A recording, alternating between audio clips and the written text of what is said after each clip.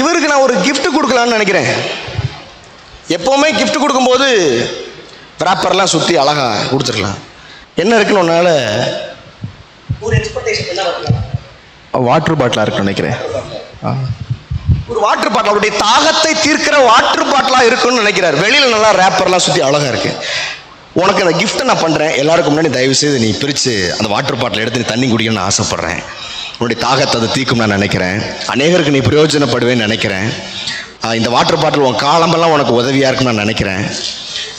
இது ரொம்ப சர்ப்ரைஸு, நான் உன்னை நேசிக்கிறதுனால உனக்கு கொடுக்குறேன்.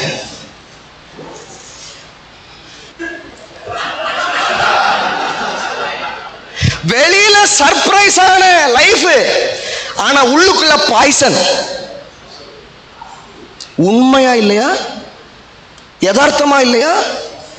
என்னால என் குடும்பத்தை மன்னிக்க முடியல,